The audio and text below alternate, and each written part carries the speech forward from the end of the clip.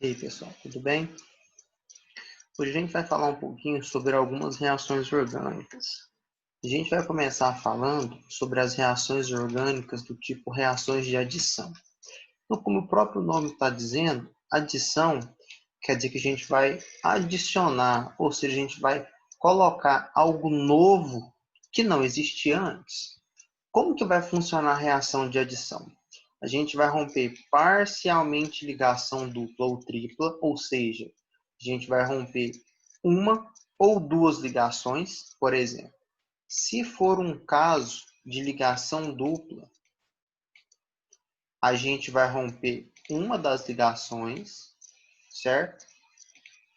Se for uma ligação tripla, a gente pode romper ou uma ou duas ligações, certo? O exercício vai deixar isso claro para vocês. E depois que a gente romper essas ligações, duplas ou triplas que vão estar entre carbonos, a gente vai adicionar novos ligandos. Como eu falei, a reação de adição consiste em adicionar algo novo. Olha só, esse exemplo aqui é um exemplo genérico. Eu tinha uma ligação dupla entre carbonos e eu vou adicionar um AB. Eu vou romper parcialmente a ligação dupla e vai A para um dos carbonos e B para o outro carbono, certo? Então, a reação de adição é basicamente isso. Você rompe parcialmente a ligação dupla e aí vai A para um e B para o outro. Porque aqui teria uma ligação dupla, certo? Que foi onde eu rompi. Deixou de existir, certo? E aqui a gente vai agora sair do modo genérico das reações de adição e vai entrar propriamente dito. Então, olha só, aqui nós temos a reação de hidrogenação catalítica. Como que vai funcionar essa hidrogenação catalítica? Você vai adicionar hidrogênios. De que maneira?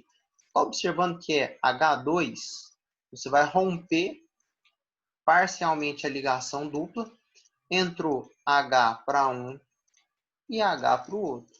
Porque eram H2, ou seja, eram dois hidrogênios, H para um carbono e H para o outro. A halogenação vai funcionar do mesmo jeito.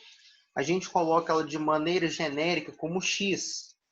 O X pode representar aqui para mim 4 elementos: flúor, cloro, bromo ou iodo. O mais comum é o cloro, tá?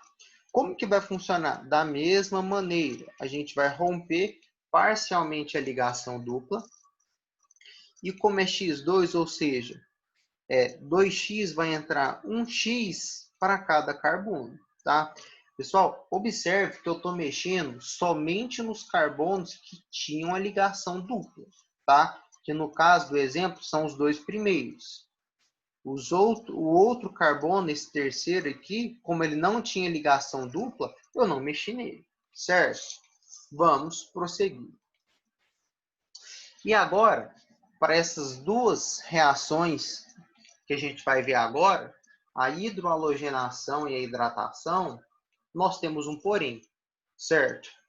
Então, nós temos a regra de Markov-Nikov, que ela vai acontecer para nós aqui na ausência de peróxido, certo? E nós temos também a regra anti-Markov-Nikov, que ela vai acontecer na presença de peróxido. Presta atenção na dica. Uma é a Markov-Nikov e outra é a anti-Markov-Nikov, ou seja, elas são opostas. Se você sabe uma, você sabe a outra, que é o oposto, certo? Então vamos lá. A regra de Markov-Nikov, que é a que acontece na ausência de peróxido, o que vai acontecer? O hidrogênio, ou seja, a letra H, ele vai ser adicionado ao carbono que já possui o maior número de hidrogênios. Essa é a regra de Markov-Nikov, certo? Você vai adicionar o hidrogênio para o carbono que já possui o maior número de hidrogênios. Ou seja, se você sabe a regra de Markov-Nikov, a anti-Markov-Nikov vai ser o contrário. Ou seja, em vez de ser a ausência de peróxido, vai ser o quê? Presença. O hidrogênio vai ser adicionado ao carbono que possui o menor número de hidrogênios. Ou seja, é o inverso. Por isso que recebe o nome de anti-Markov-Nikov. Vamos lá. A anti-Markov-Nikov diz que vai acontecer na presença de peróxido, o hidrogênio, vamos lá colocar o símbolo dele, que é H. Esse hidrogênio ele vai ser adicionado ao carbono que possui o menor número de hidrogênios. Como eu tinha te contado antes, é o contrário. Então, a Markov-Nikov, você tem que saber que ela acontece na ausência de peróxido e que o hidrogênio vai ser adicionado ao carbono que já tem mais hidrogênios. E a anti-Markov-Nikov é o inverso, certo? Vamos lá. A hidroalogenação. Pela regra de Markov-Nikov. Olha só. Eu vou seguir aquele mesmo princípio. Eu vou romper parcialmente a ligação dupla, certo? E aí você vai observar que eu tenho H para um ser adicionado e X para o outro. O que eu vou ter que fazer? Como é a regra de Markov-Nikov, o hidrogênio vai para o carbono que tem mais hidrogênios. Lembrando, pessoal, eu estou comparando esses dois hidrogênios, que são os dois hidrogênios que fazem ligação dupla. Esse terceiro aqui, ele nem faz parte da minha reação.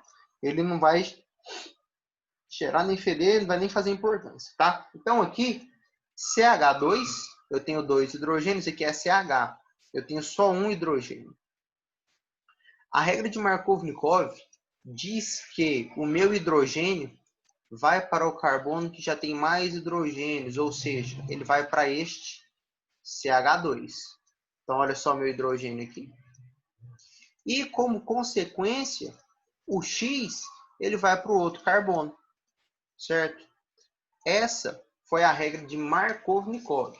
Vamos ver agora a anti-Markov-Nikov, que é o contrário. O que a gente vai fazer? A gente vai romper parcialmente a ligação dupla.